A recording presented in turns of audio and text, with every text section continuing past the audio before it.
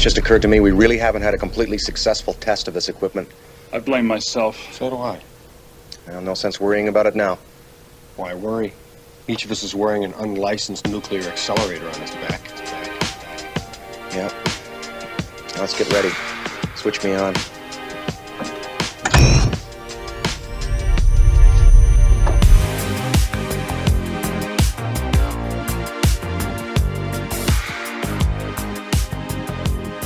I don't think you're crazy. Back off, man.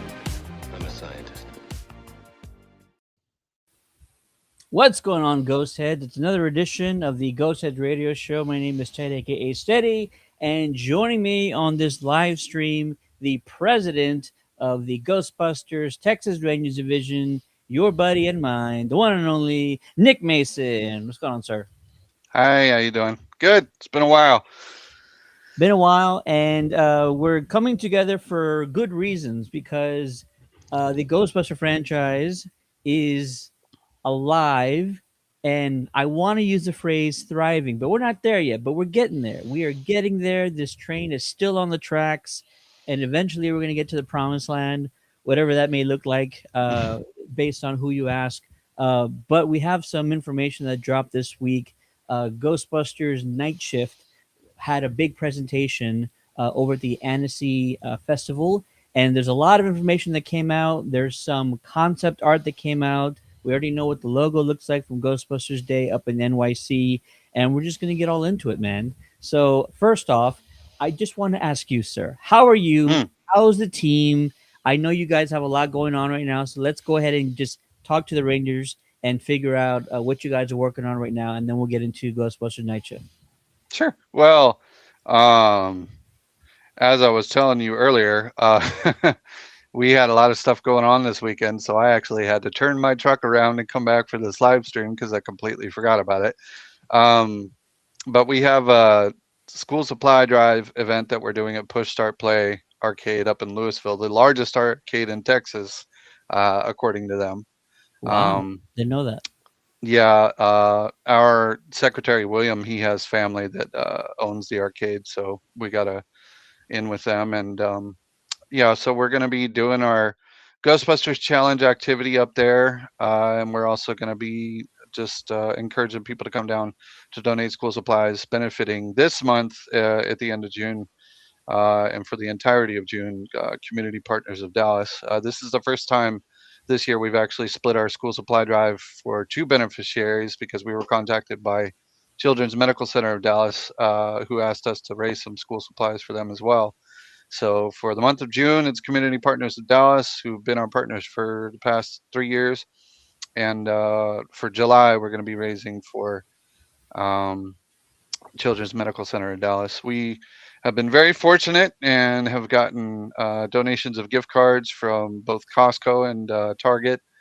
And we're going to try to continue to milk that cow as much as we can for the month of July. And yeah, so we're kicking off. We've got bigger plans for the Ghostbusters Give Back campaign this year because it was a struggle just getting just under $4,000 this past year. So this year we're pushing for that 10K, and we'll see if we can get it and see if we can get that bronze stripe to go along with our patches. So If anybody can do it, I know it's you and the team, man. You guys do a lot, and the passion is there, and there's nothing that Nick Mason and team cannot do. That's my opinion on that.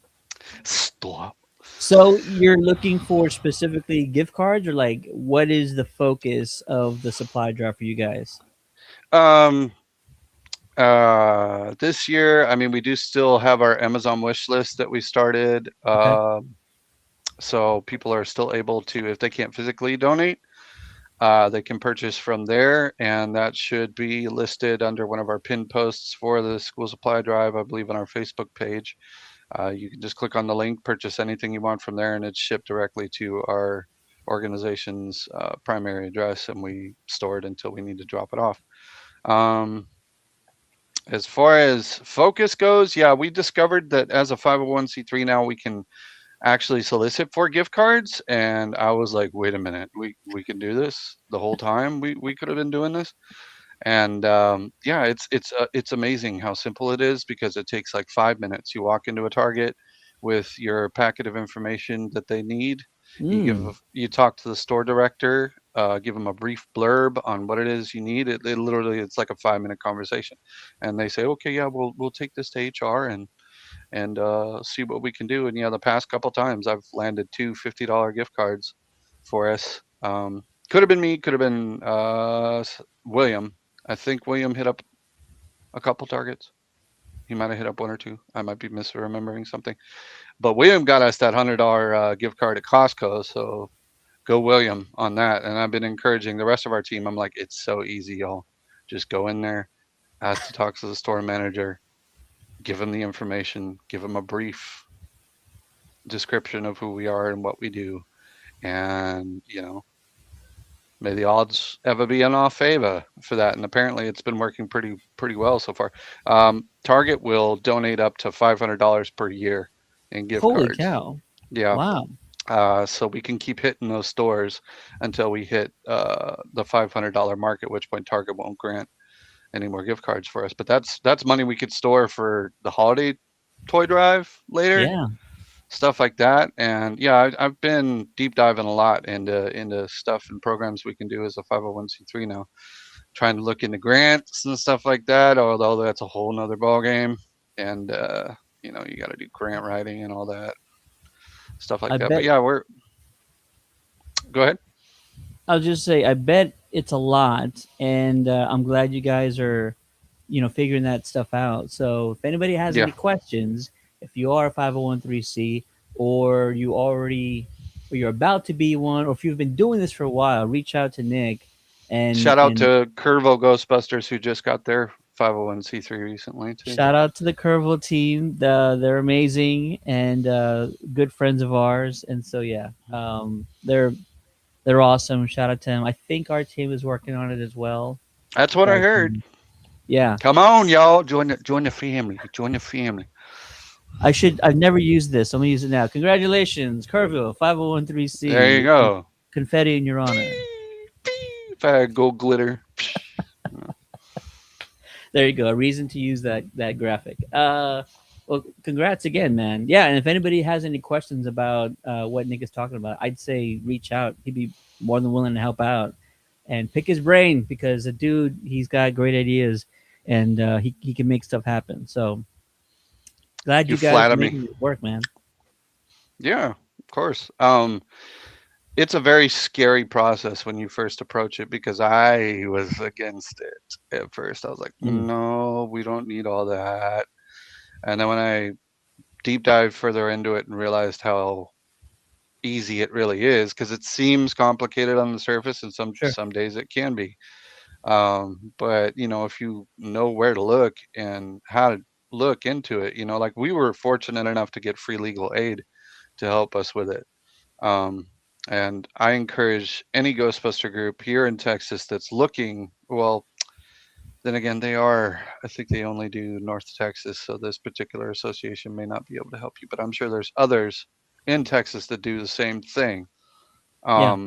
Because, yeah, we got Legal Aid of North Texas, I believe they're called, to help us. Um, we contacted them, told them what we were trying to do because I didn't know at all how to get started with the IRS speak and the stuff they would need. I'm sure it's a Um, lot. it's because you have to write bylaws and it um, has to be written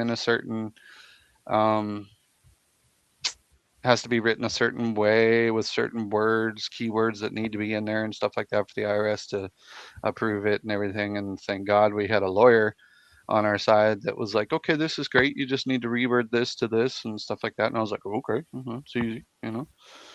And because if I would have been left to my own devices to figure it out. Oh, also, uh, I'm not advocating for AI right now, but if you do have an assistant on your phone or something, or Google, just Google in general, get on google.com and type in how to write bylaws and stuff, and there's templates all over the internet and stuff like that. It has pre-made templates, and then you can just change it as you go and stuff like that. Do recommend that you get somebody legal to look over your stuff though, to make sure everything is crossed T's and dotted I's for Daddy IRS, because that's somebody you don't want to fool around with. There's got to be one franchise that has a lawyer in the group somewhere in the U.S. So if that guy could just like put together like hmm a page on who you gonna call.org. Shout out to Ryan. That would be Yeah, great. Just like that's a good idea too. Yeah, that's a good idea. I could poke F- Ryan's brain about that too. Yeah, FAQ, little blog about do's and don'ts, about where to get started for things. Just because it's intimidating. It's I scary at bet. first, I bet you know. So you guys are yeah, but doing that's a it. great idea.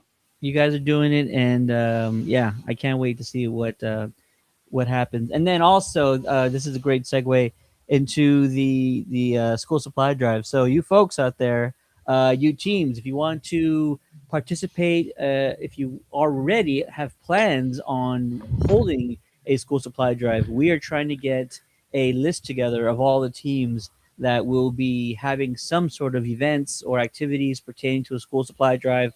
This I've already forgotten. This is our third or fourth year. I think it's our fourth year. It's probably fourth year because if I remember correctly, no, maybe it's third year. Because Let's say three. when I was the lone Ghostbuster, I don't think we were doing it yet. I don't think you guys were doing it yet. You were doing the toy drive, Yeah, yeah, but yeah. I don't remember about. Yeah, so it is 3 years. Has to be Gotcha. 3 years because it was one of the first events we ever did as a group. So I think it was brand spanking new at the time. So yeah, 2023, I think is when So we we started want to that. get as many groups involved as possible. And so if you are a group, if you are a team, if you have plans, if you don't have plans, but you're thinking about it, head on over to whoyougottacall.org. They have a, a section on their site pertaining to school supply drive activities. There's a form you can fill out to notify us that you are getting active. And then from there, you can put your events on the website. So Ryan has a spot where you can put where your events are going to be held, your locations, drop offs, school supply list, whatever. We put them in there on that site, and you can share it with your followers. Other teams can share it with their followers, so people can find out what groups are active in their communities. And of course, it's all for a great cause, and it's also a way to help show the world what chapters are capable of across the U.S. We do so much good in our communities, in our areas, and this is just another one of those that we hope to keep growing and growing and growing. And we can just kind of, visually see what impact Ghostbuster chapters are having all over the U.S. It's an Very, incredible privilege that we have as Ghostbusters, you know what I mean? Because it's funny because I've been asked the question several times about like, why we do what we do, and I really had to sit down and think about it because I kept giving a general answer, and stuff like that, and I was yeah, like, what does it really mean? And I started really thinking about it, and what I think a lot of us don't quite realize right off the bat, and some of us do, is that when you go back and look at the first movie, the guys uh, took what they were really passionate about and without really knowing, turned it into a service that helps people. And of course, it was for them to make money, obviously. At least with Venkman, that's probably primarily what it was for. Um, but they turned it into a way to help people.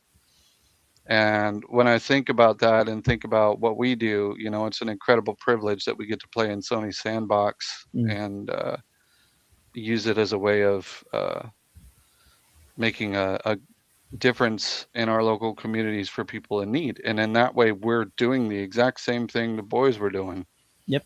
you And know? they were ordinary guys. There was hmm nothing extra special. They weren't superheroes. They didn't have these abilities that nobody else had. Um, Well, Egon would. turned the light towards his wall of degrees at this point, I believe, and would have been like, sir, I'm a certified genius. But other than that, Other than that, yeah. yeah, regular guys saving the world, and Hmm. you can too. All right. To the topic of discussion today, let's go ahead and dive into Ghostbusters Night Shift. I'm going to go ahead and share the photo here. So, like I mentioned at the start of the stream, we were given some information from the Annecy event, Hmm. and they. There's a better one here. Nope. There we go. Let's see here. We were given some information from the Annecy event that took place earlier this week. We got our first, this is our first still from the animated series, which will premiere on Netflix in 2027. No month or date as of yet. So we're going to try and remember and dive into everything that's been said from the event. Let's go ahead and start off with the log line or the synopsis, and it reads as so: New York City, 1994. 5 years after the Ghostbusters took the Statue of Liberty for a walk, a new wave of supernatural terror hits the Big Apple, forcing a group of scrappy, young New Yorkers, untrained, underappreciated, and kind of sort of responsible for the problem, huh? To Mm. put on proton packs, face their fears, and bust some ghosts. Nick, based on that description there, what sticks out to you mostly, and what gets you either excited or maybe cautious about the show? Oh, I'm extremely cautious. Because I'm definitely gonna watch it. I'm gonna binge the hell out of it when it comes out. But based on what little information we have, I'm extremely curious how this lines up with. Because I go back to the phone conversation Ray had with Phoebe from Afterlife, Mm, and I try to piece together the timeline based on what he said in that phone conversation because he never gets into the specifics on right. when they all kind of split and Egon took off with the car and the proton packs and the isotope, radioisotope, and all that. And he doesn't give specifics on when that happens. The only thing he says is that Egon phoned him about 10 years later saying something was happening down in Oklahoma. Goes are trying to rise back up and all that. And so there's a lot of room in there, time wise, where this sort of stuff can happen. And for them to, for a bunch of randos, by the sound of it, to show up and sort of take up the mantle, as it were, it has to have happened either right after or um, maybe a couple years after this disbanding happened and Egon took off with the equipment. Because if something like this was going on, I'd say very close to um, the events, or if the Ghostbusters were still in business, it wouldn't make any sense at all. Why a group of young people out of nowhere would suddenly get a hold of this equipment or build their own versions of this equipment. That's where I'm getting conflicting stories about um, the synopsis of this series and stuff. Um, but yeah, like I'm very cautious about it, open to it, and it's obviously a cartoon, so it's going to be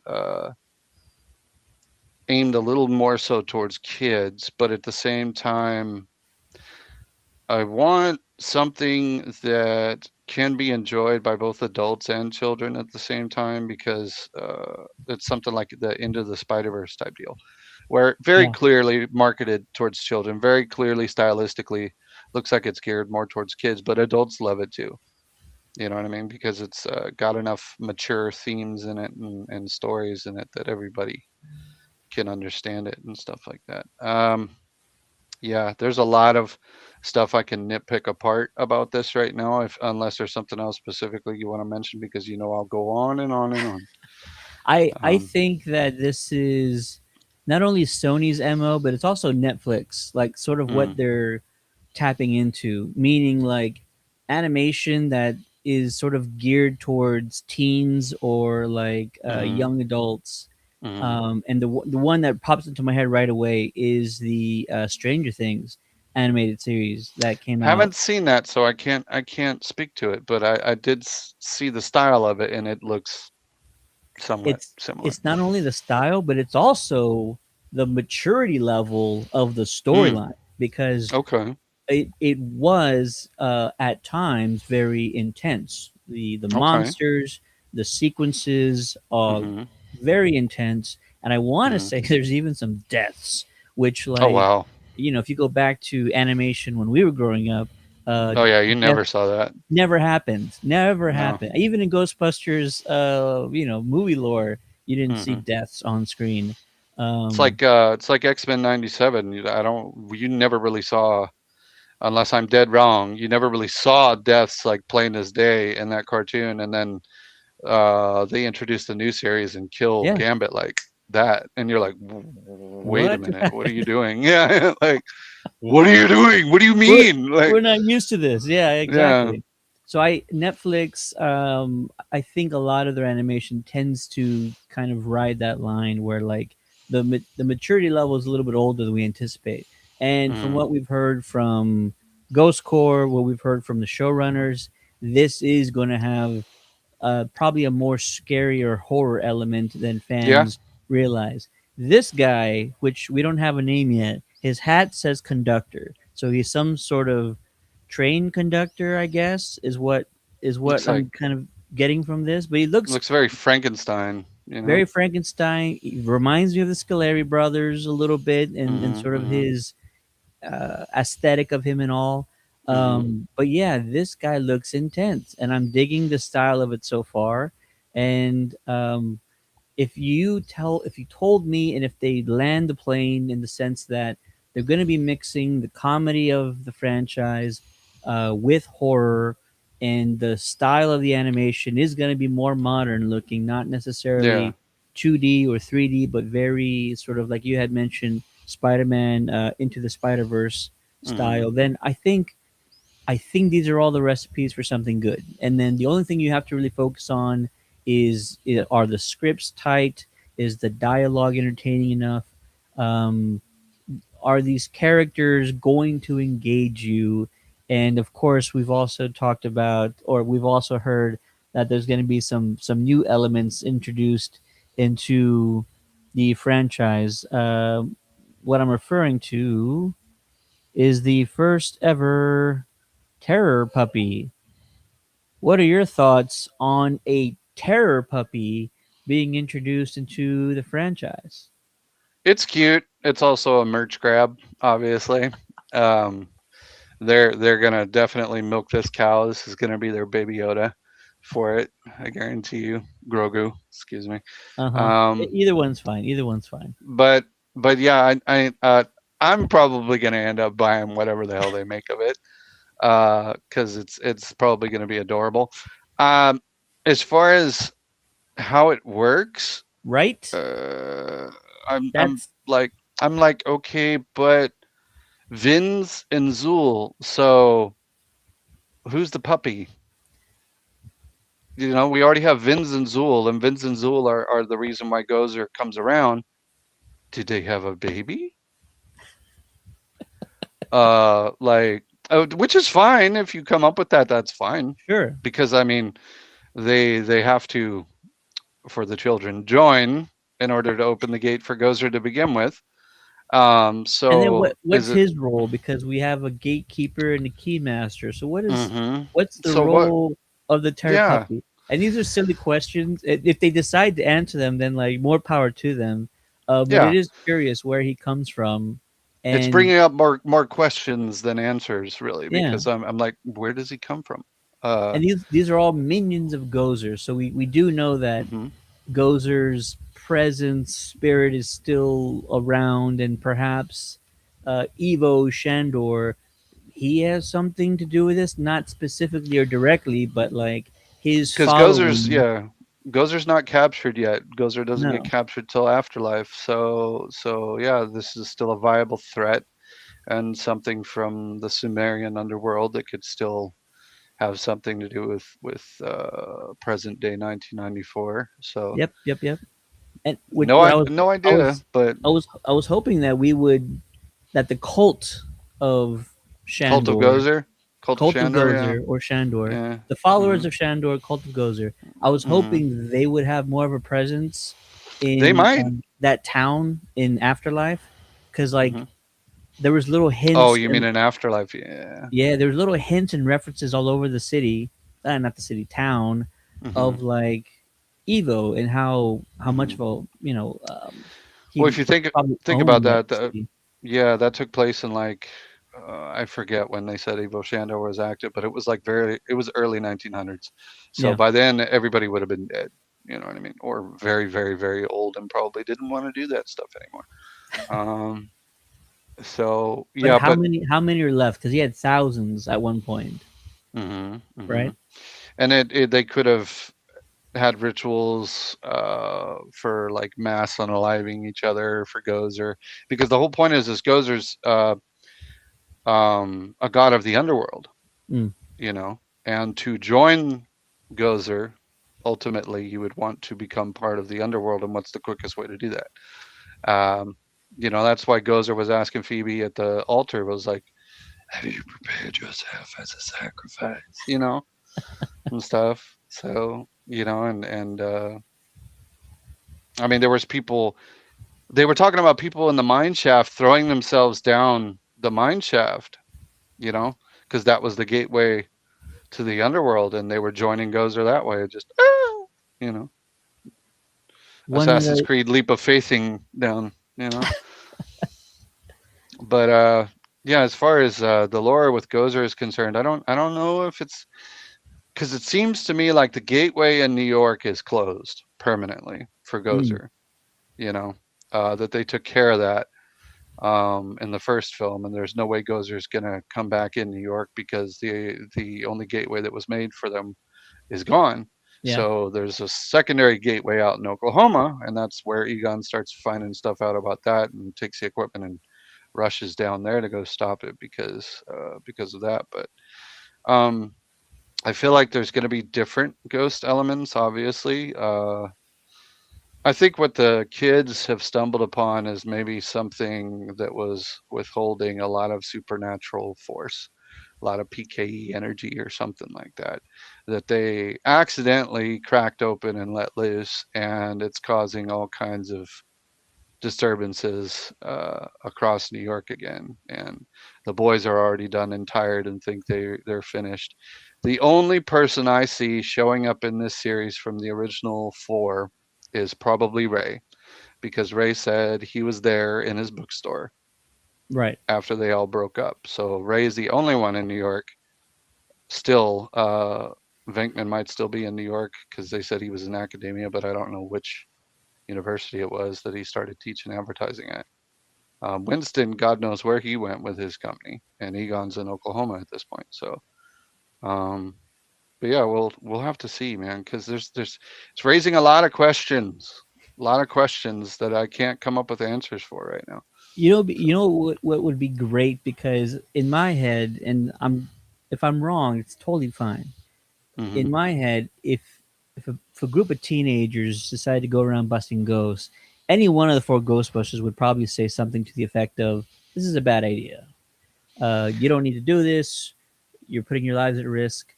That's So where I I feel would like we'd run into. I feel like we'd run into a very bitter Ray, probably because so. everything would be fresh for him. Egon leaving and all that. So Ray would be real Reluctant to let anybody take the mantle like that. real curmudgeon-y or whatever the word is. He'd be a really grumpy old man. Now he wouldn't even be that old at this point. He'd just be a very grumpy man at this point. It would leave a very sour taste in his mouth. And I feel So like something big might happen, and Ray might show up and help them stop it, and then be like, "Stop it! Put this stuff away. Stop it." I and shut them down. So I would love if, because the four guys and maybe even Janine would probably say something to the effect of, this is above your pay grade. You can't handle it. mm, The only person who wouldn't muster up the what it would take to like shut kids down and probably would just go along to be like a chaperone would be Tully. I would love for these kids to run into God, Tully, and they would be like, "We got to do this," and he'd be like, "Whoa, whoa, whoa, whoa!" He'd be like, what are "No, you guys doing? you don't know what you're This is doing." dangerous. Yeah, what are you Okay, doing? all right, I'm gonna go with you, but I'm not gonna like it. That kind of a thing. Yeah, oh yeah, that'd be hilarious. That'd be hilarious. Especially because Rick Moranis is technically back in the game, so who knows? There you go. There you go. That would be We're that would be a cameo of the year right there.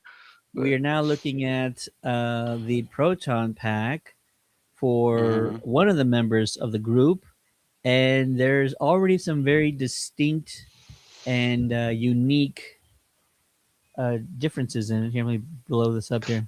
Oh, Close it's up a of bit my ago. eyeballs right now. Yeah. Um, The cyclotron having sort of a like a grill. honeycomb thing Yeah, to it is it's got very a cool. yeah. It's like a vented grill over it instead of the standard four lights on it. Um. I could see teams already 3D printing that right now Oh for the man, for that.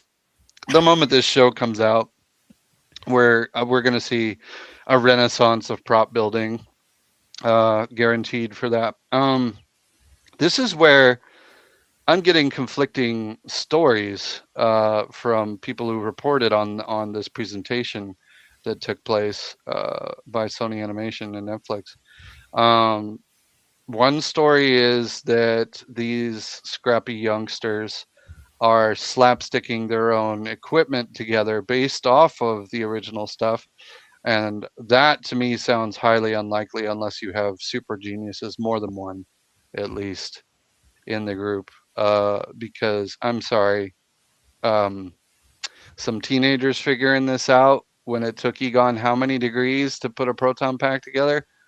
Uh, from scratch, doubt it. Highly doubt it. What I'm thinking is more likely that I heard from another account is that they're finding old prototypes that got left behind. Ooh, all right. That makes more sense to me Wait a minute. because if you have a teenager who's a genius and he's already got the basis of stuff in front of him, he can probably put together the rest of it in his head. You know what I mean? And be like, well, if this does this, and this must do this, and this and that, or whatever. I fully want and expect that if they are going to be doing this and slapping together their own tech, that it needs to be highly volatile, highly unstable, malfunctions all the friggin' time. Yeah. I want to see instances where it's like Spider-Man and his web shooters, where he forgot to load the friggin' cartridge, and he goes, "Oh crap!" and falls into a wall. My back, you know. Uh, that sort of thing. I fully expect and hope to see that for probably a good portion of the show, is that them regularly trying to go out and bust ghosts and regularly running into constant equipment trouble. Because if you look at this pack here, that doesn't look like anything they slapstick together themselves. That looks like a pack that got left behind, that Yeah. wasn't fully completed, was probably laying on a workbench somewhere that didn't have finished parts on it, you know. And Egon didn't bother to take it because he's like, well, this one's not functional. I'm just going to leave this here, you know. And Yeah. that's what I expect to see. I expect them to see if they break into the firehouse or something, because I expect it to be like boarded up or something. Because Yeah. By this this, point, it's condemned. They're no longer working as a group. hmm Yeah, for sure. and it obviously hasn't turned into a Starbucks yet, according to what Ray said in Afterlife. So Or this if it is, ever, that could have just been a joke. Who knows? I don't know. I feel like it might have very briefly been one. You know what I mean? I feel like Hmm. whoever bought that particular neighborhood before Winston got back a hold of it, probably converted it into a location and it failed quickly, and then they just shut it down. You know, There you go. and didn't do anything with the property. So I think it could have been a Starbucks at some point. But with this being 94, obviously Starbucks. I don't even think Starbucks is a thing in 94. I don't even think Starbucks exists yet. You might be right because yeah, it So, seems like the early 2000s when they really took off, hmm hmm but I could be so wrong. um, yeah, this is what I see it being as it's boarded up, condemned maybe, or just boarded up because nobody bought it, and it's one of those abandoned properties, and these kids break into it being like hardcore Ghostbuster fans. Oh man, let's go see. And then they find all that stuff in the basement that's busted or uncompleted and stuff. So let's So who talk knows? about the group now and some of the you mentioned the the equipment they're using. Hmm. So the report, which was written by Casey Moore, Hmm. who did sort of a breakdown of the presentation, does say that the broken heroes, he calls them broken, are Hmm. utilizing stripped down, half working prototypes left See, behind by the original team. Yeah. yeah. That showrunner, one of the showrunners noted they wholeheartedly embrace Ghostbusters' more DIY makeshift approach to technology, using recycled used parts taped glued together. Some highlights include proton packs featuring a low tech energy beam that is random and angular in shape, very Hmm. different than what we're used to, kind of unstable, a DIY PKE meter built using spare parts from a Sony PlayStation 1. That's interesting. Really, really don't know how I feel about that, but A ghost drive, which is modified with recycled skateboard wheels, a spinning mirror mechanism, and bass guitar pedals. I wonder if that's supposed to um, be a ghost trap. well, yeah, he said he mentioned a skateboard, and in this screenshot that you see, if you zoom in on the kid feeding the terror puppy at his feet, I believe he has a skateboard under his feet. Um, I think, don't quote me on it, but I know, no, excuse me, it's that person second from the right. They have a Yeah, skateboard under their feet there. So I don't know if that's just a regular skateboard. Maybe it starts as a regular skateboard and they start saying, "Hey, what if we build a trap on top of this?" You know, and maybe that's like one of the or maybe they find prototypes of the RTV and turn it into something else. it's Um, odd that the author calls it a ghost drive, but it sounds more like a ghost trap. So mhm. I don't know what a drive would be because Could be, when he yeah. mentions bass guitar pedals, that sounds like the Sounds foot like a pedal. trap pedal. Yeah, it sounds like a Exactly. trap pedal. Spinning skateboard wheels, a mirror mechanism. I don't know what that's pertaining to, but the rest of No it sounds like a idea. ghost trap. Yeah, the mirror mechanism. I'm not sure. It does sound like a variation on a ghost trap. And It for sounds all like. the teams looking for a new a new vehicle for their chapters, the Ecto 94, which is a gently pre-used van customized with spray paint and a spinning roof turret for ghost busting on the go. Spinning roof turret sounds very Ninja Turtles like. Neutrino one. It's probably a spinning neutrino one. That's pretty cool. Since they don't have a gunner seat, they're probably going to have like some telescopic thing on the inside that hooks up to the wand, and they turn and fire at whatever it is. Um, Going back to what you mentioned about the proton stream looking like low grade and angular, based on like animation style that we've seen so far, I fully expect it to be like this right angled kind of I'm stream. getting Dark Side vibes from that. Dark Mm-hmm. Side has a beam that does that. It's just like 90-degree angles and Yeah, turns it's and just stuff. a bunch of 90-degree angles, and that's what I expect to see is like hard angular angles and not this flowing rubbery. I don't know how they That control that. That sounds wild.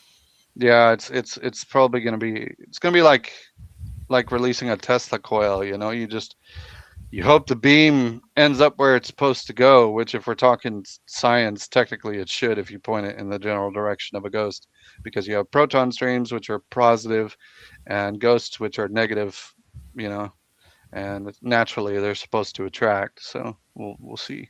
We'll see how they work that out. That's going to be interesting for sure. All right, we did get some character descriptions, and so I'm gonna try and we're gonna try and tag some of these characters together. So let's just go with the names for now. There's Belladonna, Hmm. there's Mitzi, there's Zoe, who I believe is the youngest one. That must be the one with the terror puppy. The pup, you know.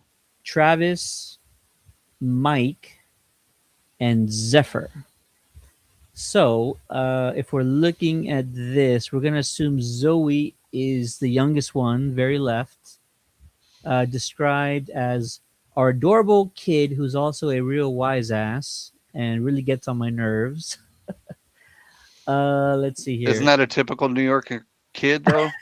I mean, I think so. I think so. Let's see. Travis and Mike. Travis is a con man. Mike is a scientist. So Mike's probably the Egon skinny looking guy in the middle. could be. If he has glasses on, that's a dead giveaway, I'd say. If you can see if he has glasses on. I see what looks like it might be a reflection off of his face. Yeah. So if that's the case, he may or may not be wearing glasses. If that's the case, he's the nerd genius of the group. Obviously, he's probably the one that helps them cobble together the technology and whatnot. Travis is a con man. So I'm going to assume Travis is probably the skateboard guy. Didn't they say Travis was the older one? Travis, charming petty criminal who needs to be charismatic and cool, but also kind of a loser. So yeah, from what I heard from reports, I heard that the oldest character was reportedly being played by Jack Quaid because they said they recognized his voice in the footage they had seen Yeah, at he's this definitely playing event. So, Travis. so if that's the case, then he's obviously going to be an older gentleman, which would, from this photo, I don't think he'd be riding a skateboard. I think that might be him on the far right. Maybe, maybe not. I might just be talking out of nowhere, or it could be the guy standing next to the one in the middle. He looks like he's wearing a ball cap, maybe. You know, there's two females on the team, and I'm thinking those are the two. So there's Belladonna, who's only Hmm. described as sort of a goth girl, and then The there's Kylie of the show, obviously. pretty much, and then there's Mitzi, who is referred to as the punk on the team, who is Hmm. a badass riot girl who jumps headfirst into action, but is also extremely protective of her sister Zephyr. Oh, so we have three girls on the team. Yeah, the little one and the other two. If it's a punk type personality, I'm gravitating towards the skateboard. That could be them with the skateboard. Yeah, I think you might be right. So, because that's four girls then, because there's Zoe the kid, and then there's Mitzi, um, Belladonna, and Hmm. Zephyr. So there's That is actually for. four girls on the team. Hmm. So perhaps Zephyr is the one on the skateboard, perhaps. Hmm. Yeah. One, two, three, four. Whoever has the big curly afro hair, we saw in another shot, or that shot you showed earlier of the very clear proton pack with the grill on the back instead of the standard four lights. Yeah. That person was wearing what some people have picked apart as a kilt or a skirt. Mm. So I'm pretty sure that's one of the female leads as well. They were speculating based on what they were wearing on their tops versus what they were wearing on their bottoms that they think they might be a Catholic school person because they say in New York they would wear anything over their tops to cover the uniform or whatever to give themselves a little bit of a personality, but they couldn't get past, skirts and stuff that they'd have to wear and whatnot. So I was like, that's feasible. I can see that, you know. But yeah, that's somebody's wearing a beanie there. Okay, so that yeah, that looks like somebody's wearing glasses and ecto goggles on the Yeah, right there.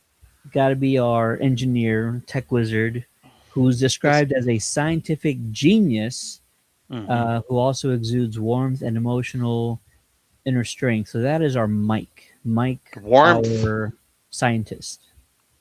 Very interesting that they say warmth because that's kind of opposite of Egon. Uh, Egon was always kind of a cold guy. Well, on the surface he looked that way. That's because he's autistic. But um, him and Ray are both on the spectrum, according to what they said about how Dan wrote them. He wanted them both to kind of be on the spectrum because Dan is. And so yeah, I love seeing a lot of autistic representation in the series because they kept it on with Phoebe. Phoebe's very obviously on the spectrum. That's due to her genius and her penchant for humor, you know, Yeah. because that's a lot of thing. That's something a lot of us autistic people struggle with is humor. We have a very dry or weird sense of humor that doesn't land very well with the normies, but other people like us will laugh hysterically at it. Um, but yeah, as far as it's interesting as far as these characters go. Yeah, that guy on the right, I don't know. I don't know. That could be a teenager. That could be an older gentleman. I I mean, have no if we're idea. going by if we're going by process of elimination, this could only be Travis, who's voiced by Jack Quaid. He just doesn't Okay. look like Jack Quaid. Yeah. Um, could very well be Jack Quaid. Could very well be Travis. It makes the most sense to me because he's the biggest build out of all of them. Yeah, Because if the rest of them are teenagers, they're all going to be, tiny, scrawny, you know, like we were talking about earlier before the show came on, how we were buck 40, buck 20 when we were teenagers, and blow on us and we'd fall over. Um, and a lot of interesting points for the equipment too. A lot of people are noticing in the screenshot here is that they say what appears to be left-handed throwers on the proton packs for the first time, which could just easily be a concept art goof that somebody while they're drawing didn't pay attention. And because with concept art there's a lot of stuff that is not going to show up in the final product, you know what I mean? I've never thought about that, but yeah, you're not wrong. That sometimes it's not intentional. Sometimes it is hmm just them a whipping out a goof drawing. or an Yeah. error. Even happens in movies as well. That hmm sometimes people forget things or skip over things. So yeah, hmm you're not wrong about that. it's like if you have the book, I think I have it up here somewhere, the book of the art from Afterlife, and you look at some of the early concepts of the Spengler pack, the pack that ends up becoming Phoebe's pack. There's a lot of wild variations of that thing in there. A lot of different versions of it where it's really rusted up, and or like the bumper is completely the bumper was red on it at one point, um, which has inspired a lot of people now to do red bumpers on their proton packs just from that concept art alone. But there was a lot of variations on the parts that Egon used to keep the pack together and keep it running while it was out there and stuff like that that didn't even make it into the film. It wasn't the final concept. So with concept art, there's a lot you have to take with a grain of salt, um, because a lot of stuff may not be finalized or anywhere near what the final product is going to look like besides what people have seen in the footage that was shared. That, if we can get our hands on that, we'll probably have way more answers to our questions versus these two screenshots of art. So maybe Sony will drop that stuff that they shared there sometime in the future. Who knows? I really hope so, but I'm also it's one of those things where like studios anytime they do presentations, they Mm-hmm. almost never want to reveal those said presentations. And so Mm-hmm. I if they never do it then it's just what everybody does. It just never happens. Hmm. But the clip that you're talking about is described as this. The animation medium, no, that's not it. Okay, here we go. Some of the threats name dropped included a poison demon residing in the Hopscotch Hellhole, a Class 4 malicious sludge known as the Rot Monster, and a Grabby Hands Reflector Ghost. To Class cap four. off the segment, the audience was treated to an exclusive work in progress clip from episode 2. So yeah, Mm. if it's shoddy stuff, if it's not finalized, we'll never see it in that same Yeah, if it vein. was a work in progress clip, they're not gonna share that. They'll share a finished, polished version of it, but not that. Exactly. Here's what happens in the clip from episode 2. Travis tracks down an entranced Zoe to Grand Central Station. Things quickly go sideways as they are attacked by a terrifying Class 3 semi corporal anchored spirit, a demonic. The conductor ghost that we saw from the screenshot, probably. He's described as he's called in here ticket taker, but if they go with conductor, that kind of makes more sense. So either ticket taker ghost or the conductor ghost who tries to kidnap Zoe for a mysterious entity known as the Night Walker. So we have our Mm, big bad. It seems like. mm. Or a big bad that might be a short story arc. Depends on how they do this. I think they may have they did mention an overarching plot, um, but they may also do monster of the week type deal, um, or monster of the day episodes where it's a one off that may tie later into the overarching thing. So everything, is still kind of up in the air as far as that goes. I don't know how much they would reveal of the overall overarching plot right now. So these could just be monsters of the week they're mentioning to us. Um, who knows? I almost feel like in this day and age, you have to have sort of a overarching storyline or Yeah. plot. Like it's just if you Hmm. don't do it, people are gonna be asking questions.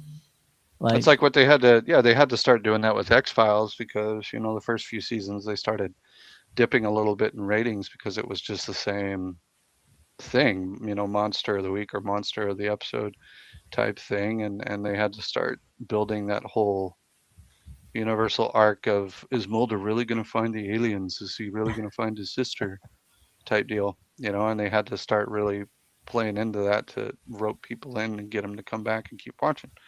So yeah, obviously there's going to be a long arcing plot, but I'm sure they're going to have room and they're going to make room for themselves, as the series goes on to play around and have one-off offshoot episodes and stuff that's just a interesting 30 minutes or an interesting hour, however long they make these.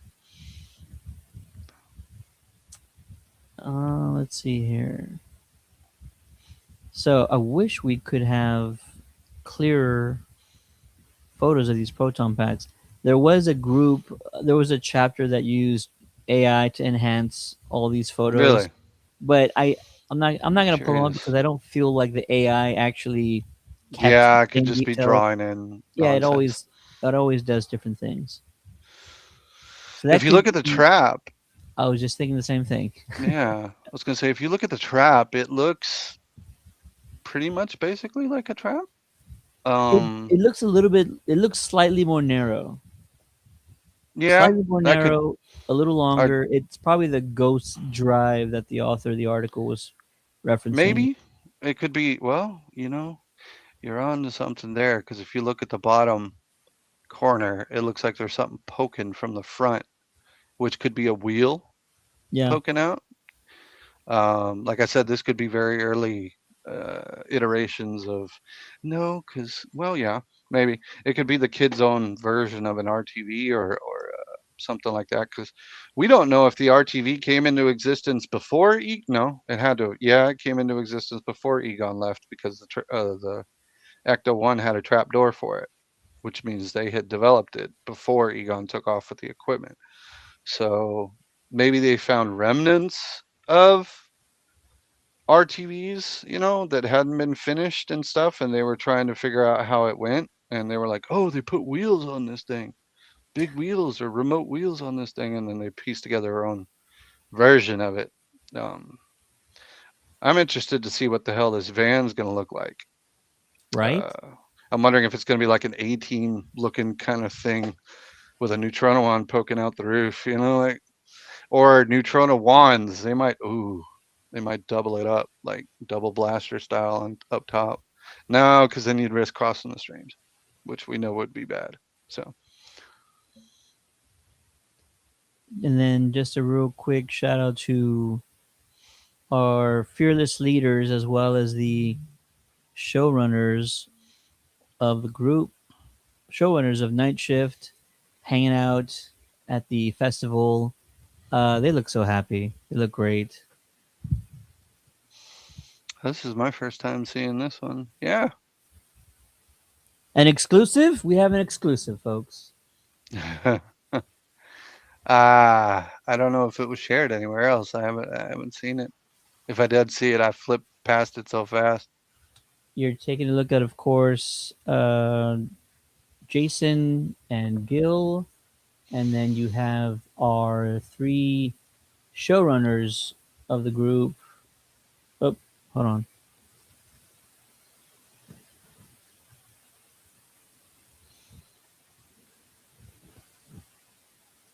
Our three showrunners of the group.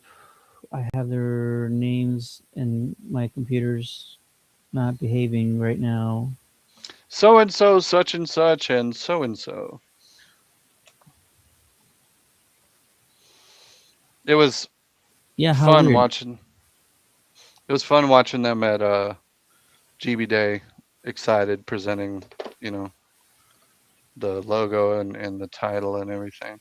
I find it interesting that they call the show Night Shift because I'm wondering, like, are the kids a bunch of night owls or something, or you know? It's It is interesting that. peculiar. Hmm. All right. Well, I'll just go to this. All right. Showrunners: Ben Hiban, Elliot Kalan. Hope I said that right. And then had the name for the final producer, but now I misplaced it. I think that's Ben on the right. Hmm.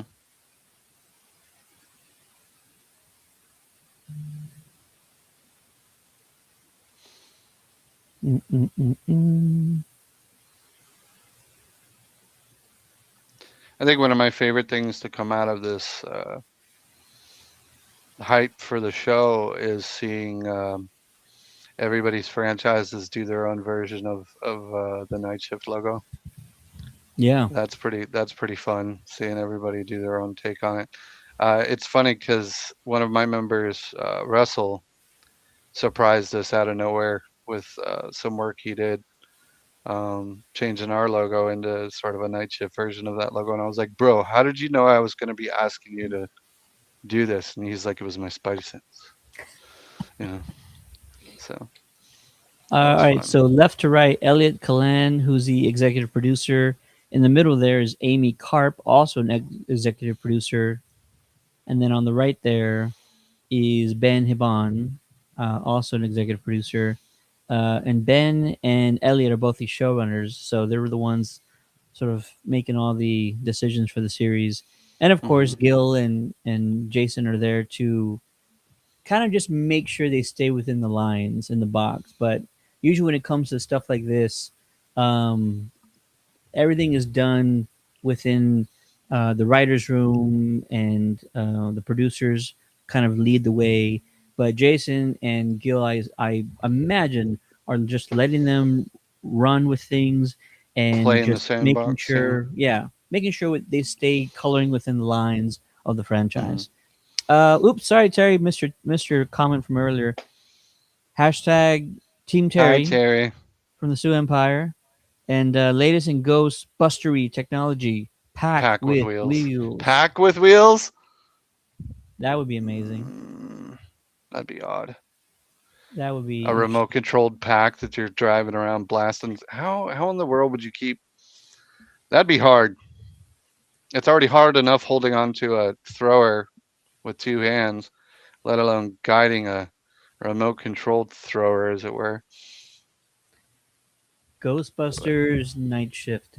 So yeah, this is I think fans for sure, the one thing we all need to do as fans is we need to wait. We need to see. mm-hmm, We need to wait to I don't want to say use the word judge.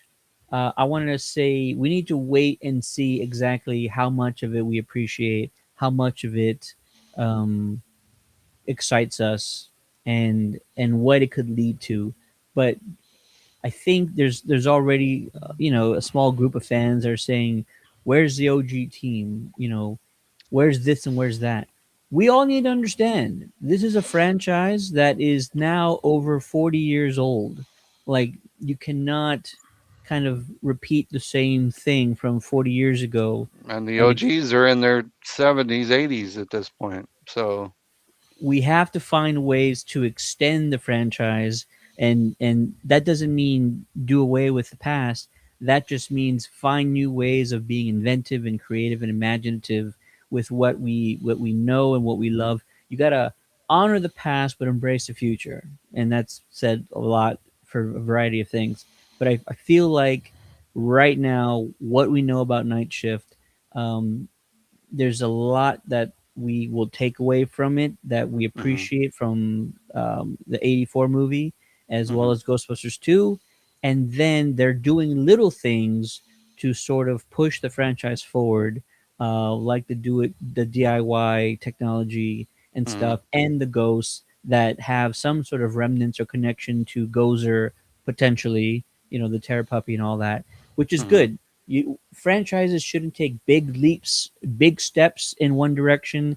We should be taking little ones to kind of push the franchise forward. So as of right now, as of today, I'm still interested in what they're doing. It's fascinating. I think so far I'm hearing good ideas, and it'll be up to them to not only fly the plane but stick the landing. That's going to be probably the hardest part. But oh the yeah. rest of this looks really really interesting, and I'm excited for it. Netflix is a big platform, so it's kind of like no matter what, it's probably going to do massive numbers just because of It's how big it is.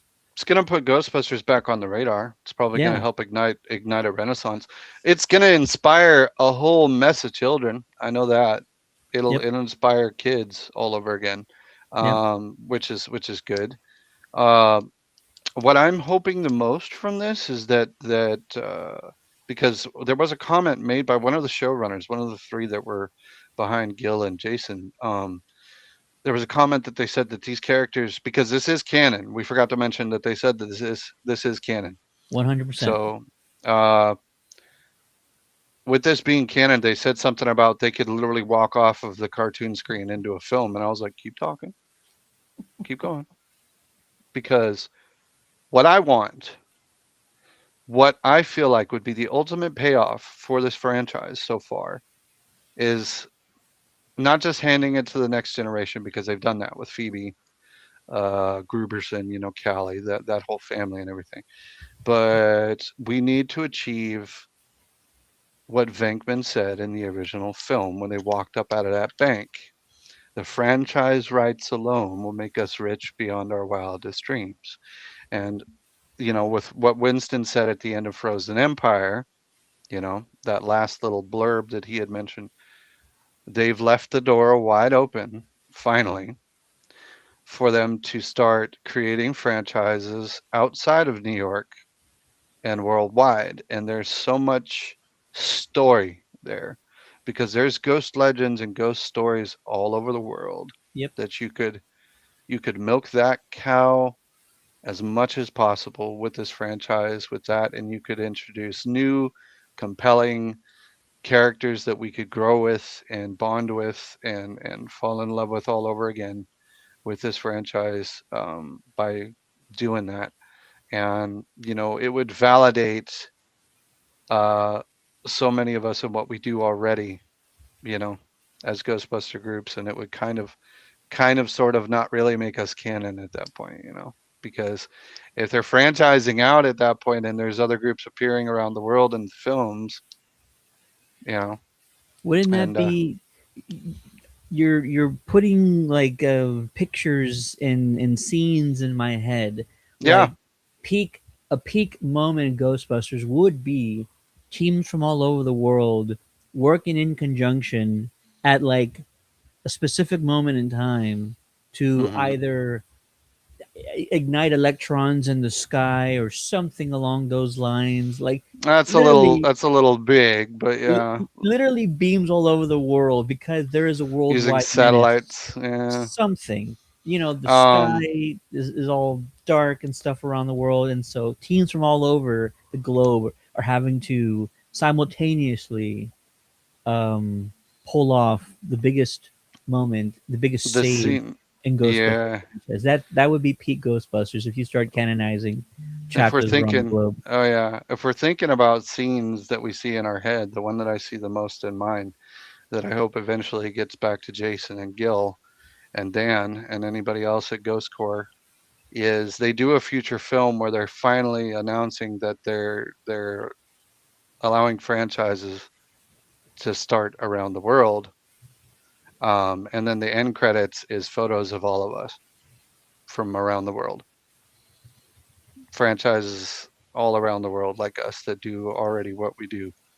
And, them acknowledging, the torch that we've been carrying for this film franchise for 40 years, over 40 years at this point.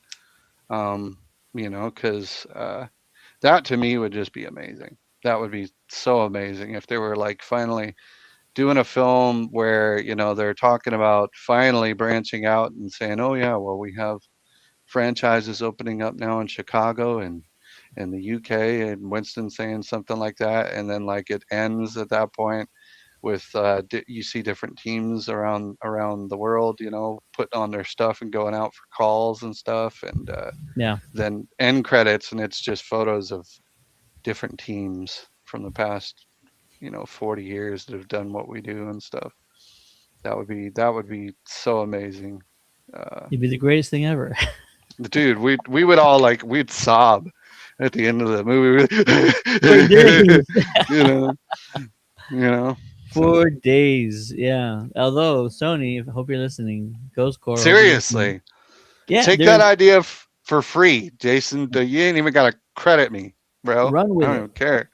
Run with it. And also, you mentioned earlier ghosts around the world because everybody has their history and their lore.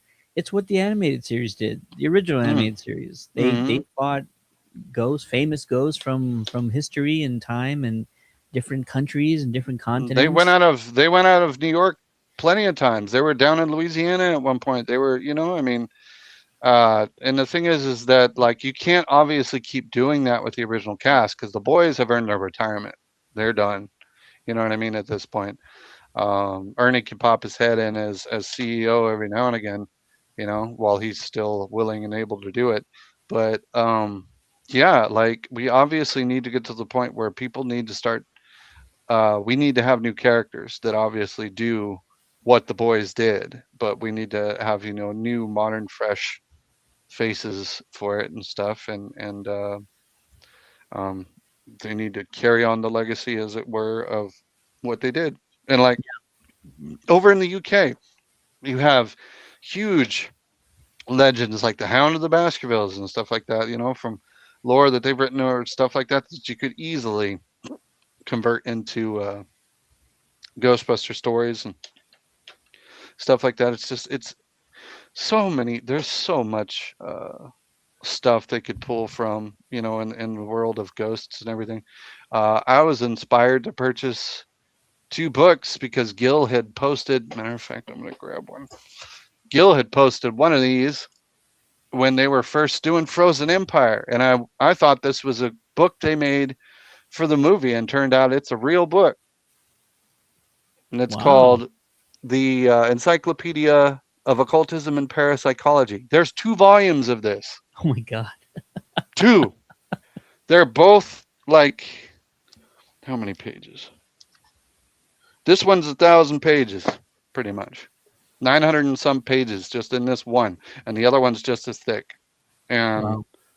yeah, I had to get both of them because I didn't even know they were real. I didn't even know that was a thing. And just reading through the preface and the epilogue, or not the epilogue, the beginning, the introduction, and Yeah. all of that book, I was fascinated. I was just sitting there going, and it's like the real world Tobin's, honestly, because it starts from A to Z, That's and what it sounds like. Yeah.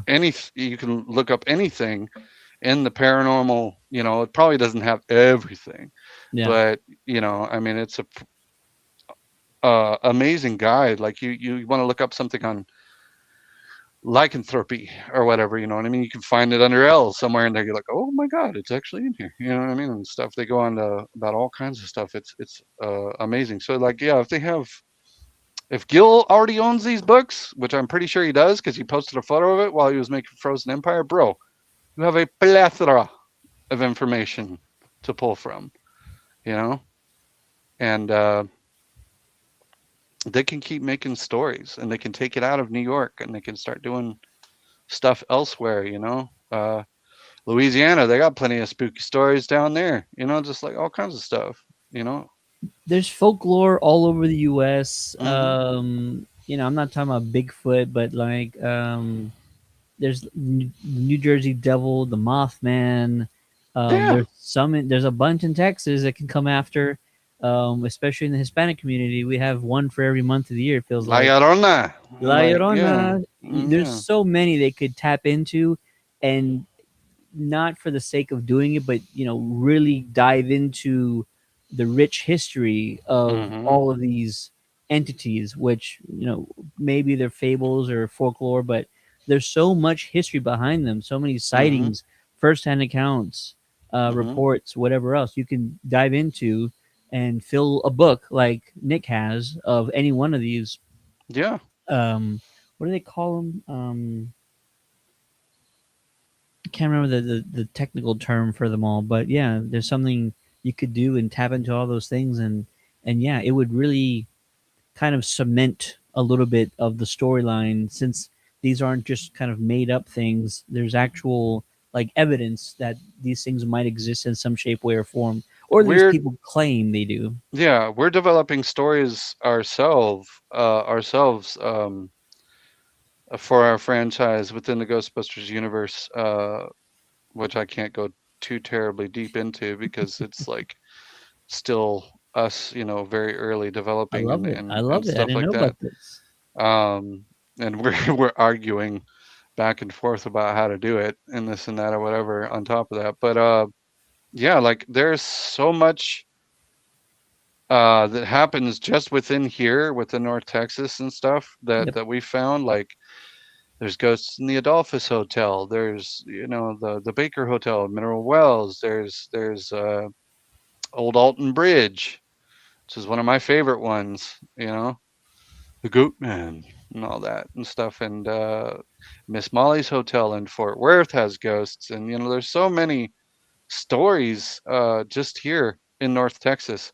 And I was even putting together at one point like a Tobin Spirit Guide that was like Texas Rangers Division version of Tobin Spirit Guide that just talks about the local lore here in North Texas and stuff like that. That's something I have on the back burner that I'll get to at some point because I've got so many things I want to do.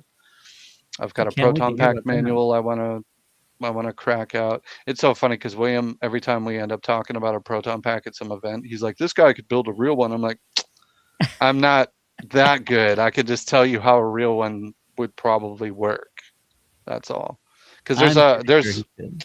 there's a lot of information that the fan base has put out already, and a lot of it is sound, and some of it I've had to tweak because some of it just doesn't work. One of Yeah. the biggest things to me is that a lot of the fandom has kind of accepted that carbon 14 is the radioisotope that's used to help power the proton pack, and I'm looking into it. And I'm like, carbon 14 doesn't give off enough radiation to power anything. at Wow. all. Carbon-14 is like, mm-mm. So if when you start looking into stuff like that, and I'm gonna go off on a Dan Aykroyd tangent here, um, when you start looking into stuff like that, they have what are called radioisotope thermoelectric generators, and those are used as batteries for spaceships because they use radioisotopes to power it by converting the heat that the radioisotope gives off into energy. And if you're using a radioisotope, you never have to worry about that doggone thing running out like a battery would because it has a half-life of so many hundreds, so many thousands of years, depending on whatever radioisotope they use. But you have to have a radioisotope that's strong enough to give off that energy to Of convert it into course. electricity. So carbon-14 does not fit that bill at all, at Mm. all, you know. And somebody else looked into it because the measure for it was a half-life of roughly 5,000 years, according to what Egon said. And Ghostbusters 2, that the power cells have a half-life of 5,000 years. So somebody found a radioisotope called curium-246, which is roughly 5,000 years half-life and has been used in radioisotope thermoelectric generators. And a lot of people don't understand too. That doesn't mean that the pack is powered strictly by one of those, because it still doesn't give off enough energy to produce the power. So I said it acts as an alternator to try to keep the lithium ion battery that acts as the power cell charged. That way you don't have to charge it unless, you've drained the pack so much in one bust that you got to plug the thing in when you get back to HQ or whatever, which would be rare but could happen. Anyway, I could keep going, but Is yeah. everybody getting this? Write it down. Write it down. No, but seriously, like I've developed a whole manual for it that describes in detail, taking information that the fandom has already, come up with, and a lot of it is sound. A lot of it is sound. A lot of it works, and a lot of it is usable. And I'm never taking credit for any of that because I didn't write any of that to begin with. But the finer things, the things that scientifically don't make sense at all, that I can tweak to make a little more sense scientifically, take a little less fiction out of it and a little more science into it. That's what I've done with it to make it more plausible. There Uh, you go. so There you go. I hope to see one made from you, sir, in the near future. no, Uh, it's never not going to be anytime soon. But I mean, the text is all written. It's there just you a go. matter of turning it into a fancy PDF at this point. So Melissa Hannah's in the chat. Hello, Mel. She says, "Look on the specter in the hat is a railroad conductor style hat from the late-ish 1800s." Melissa's our historian. She's very well versed in late 1800s and specifically Civil War era stuff. Oh, So, fantastic! They did their homework um, then. oh yeah, well, she's a Civil War reenactor. Oh, So wow. yeah, she's had to do a lot of research and stuff like that. So she's pretty well versed in stuff like that. So if there's anything accurate historically in anything like that, she's gonna spot it right away. So Mr. Fox was in the chat saying, "Hello, friends. Hello, Jeff. How are you, sir? Good to see you." hi, Jeff. Very last thing that we should call out about the animated series Night Shift is we will be getting a new firehouse. There is a firehouse that is only being described as a Tribeca firehouse.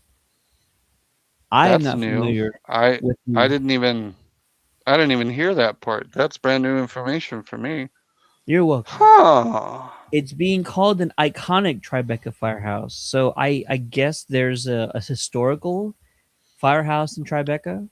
I'm gonna have to Google search that because Um, if it's still in Manhattan, it's probably gonna look similar to Hook and Ladder 8. I may be entirely wrong, but I know a lot of fire departments in Manhattan share a structure similar to Hook and Ladder 8, historical ones anyway, mm, that are still up and running. So possibly, maybe not.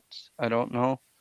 Because, yeah, probably what happens is they break into original Hook and Ladder 8, raid what's there, and probably have to get out because the cops are like, you can't be in there, or something like that. You know what? I think it's probably the exact same, but I've never heard it called the Tribeca Firehouse.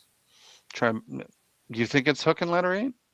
It probably is. I just never heard it called that before. I don't know, because that's maybe it might be. Um, I've heard to it referred to as like the financial district firehouse because that's where it is. But who knows? Um, Jeff says you have a Civil War guru. We have a 1700s guru in ours. there you go.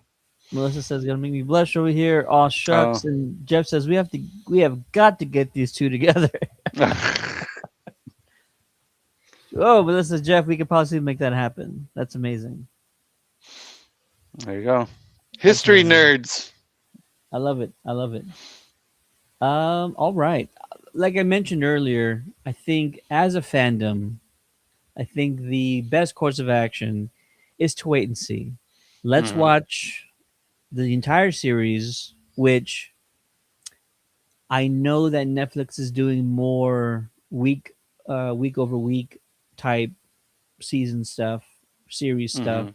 So we Mhm. probably will just get an episode at a time rather than the entire thing all at once, which I think will Yeah, make I it don't fair one at see. a time. I don't see them dropping a whole season for us to binge. I don't think that's going to happen. Yeah, Um, it's probably going to be like a once a week type thing, maybe if that. Who knows? Who knows how they're going to do it? They could drop like 2 seasons. Who knows? So ladder 3 is deep in the financial district. Yeah, ladder 8's down there too. Ladder 8's on the northern tip of the financial district, if I remember correctly. Never it. being there, but Yeah. So I think we should wait and see. Let's give it a fair shot. what's our Uh, excitement level? I'm cautious. I'm in the middle. I'm I'm leaning towards more excited. I will wait and see. I got to see that first trailer to Yeah, I really gotta see more. gauge. I can't really pass judgment. That's why I'm like dead center right now because I don't have enough. You've left me with more questions than answered, at this point. I don't have enough to go off of. Um, because my main thing, judging by the information that's been given so far, is that we're dealing with unlicensed nuclear technology that was developed by a genius with many degrees. Yeah, And the way they initially came forward with this information was a bunch of teenagers slapstick some technology together to reproduce what they did. And I'm like, no, honey, that's not how stuff like that works. Like, I don't care if you have a child prodigy genius or not. Um, it's like saying Phoebe would have cobbled together her own proton pack entirely from scratch. You know what I mean? yeah, Based on just parts she found in the basement under the farmhouse. You know what I mean? Uh, that would have been highly more improbable than her finding a proton pack that was, pretty much okay, but had to have a couple parts replaced, and she's being guided by her genius grandfather ghost at the same time. That was perfectly plausible for me. But like teenagers just finding parts and going, oh, well, this must do that. No, bro. If it's mostly completed stuff that they have to finish in order to make that's working, and then plausible. at the same time, it's still being highly volatile, like they've already described and everything. That makes plenty of sense to me There you go. because there's obviously going to be a learning curve. But if they're slapping stuff together out of nothing, that's where I'm gonna be like, okay, okay, you've lost me at this point. But I yeah, we'll see what happens. I also thought about right now that if they are in this era, then we should see a Slammer cameo. He's still out there. he might be hanging in the firehouse by Yeah, this he's time. he's still out there in New York doing his thing. He still stayed around until Frozen Empire. So if we don't get a Slammer cameo, even just him doing something out in the background, that will Mm, be surprising to me. But mm. you know, I Oh I my goodness! I just had a thought. go for it. Sorry. What if it's like they're breaking into the firehouse to go grab the equipment and they run into Slimer while they're doing that? Like he comes down because he hears them and he's like, you know, like what are you doing in my house type thing, you know? And somebody Yeah. realizes if they wave a snack in front of him, he's like, oh, you know. Now we know why the Starbucks didn't survive. It's because Slimer like ran them out Could of business. be. That makes so much sense now. They like open a Starbucks in there, and then suddenly a green ghost shows up, starts drinking all their coffee and pumping the syrup in his mouth. You know, can you see So it? yeah, I could totally see it, like eating all the marshmallows, whatever. You know, just like or a like there's dumping. like a little bit of slime in like every coffee cup they serve, and it's like, what is Right? this? It's What like is this junk, bro? I don't know. It just shows up. You know, that Mel makes so says, much sense. Ladder 3 is almost across the street from Ground Zero. Oh Rain's in the wow! chat saying we can all make real proton packs from PlayStations. Come on, totally realistic. Right? PlayStation ones have enough nuclear power to. Yeah, whatever. I'm not. They probably did. Yeah, just the PKE is the PlayStation controller, which those were really tiny back in the day. So if it is a PlayStation controller, that is the new PKE meter. They said PS1 parts, so it could be part of a console, part of a controller. There you go. Who I don't know why I'm knows? thinking. I'm only thinking controller, but you're right. It could be part of the actual console itself. I think that's them recycling the concept that they had for Afterlife about building a PKE meter out of a Game Boy. Game Boy, yeah, Yeah, I think that's them recycling that idea. Uh, which, if you can make it feasible, um, it could work. I could see teenagers doing that. yeah. It could be like a controller with a screen, you know, above it or something. Have no idea. Like I it's attached to the top of the controller, and they're holding it like this with a screen, and it gives them I a it heads is up display. it is exciting that they're going back to the 90s, and hopefully like it is a fully realized 90s. There's a great movie that came out a couple of years ago called Y2K, and Oh yeah, it's all about what would have happened if Y2K was as absurd and as dangerous as people as we thought it was going to be. would thought it Yeah, would be. So yeah, so if you go watch that, it is very much in the realm of like 1999, and the everything in that movie is spot on what my high school experience was like. down to Fred Durst. It was insane seeing that man shave back down to his soul patch, Yeah, put his cap on, and he looks exactly the same. I was like, Fred, bro, don't play with me like this. What fountain of youth have you been drinking from?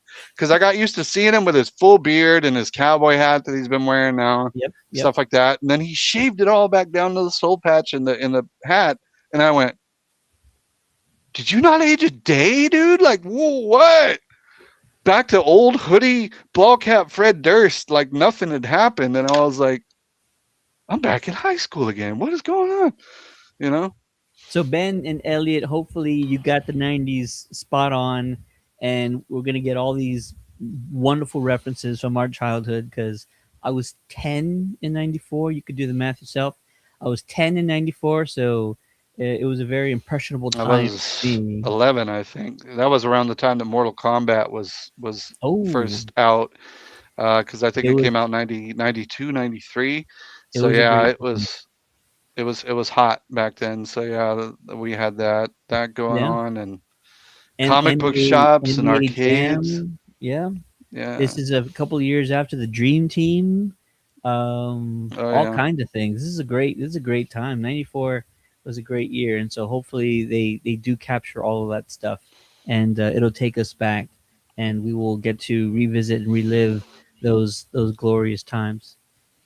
All right. If you're watching this video at a later time, we want to hear from you guys. What are your thoughts so far on everything we've learned about Ghostbusters Night Shift? New group taking the mantle for a point in time when the Ghostbusters were most likely not around. They had disbanded, we're assuming, around this point. Because they did Everybody their jobs involved. too well. Yep.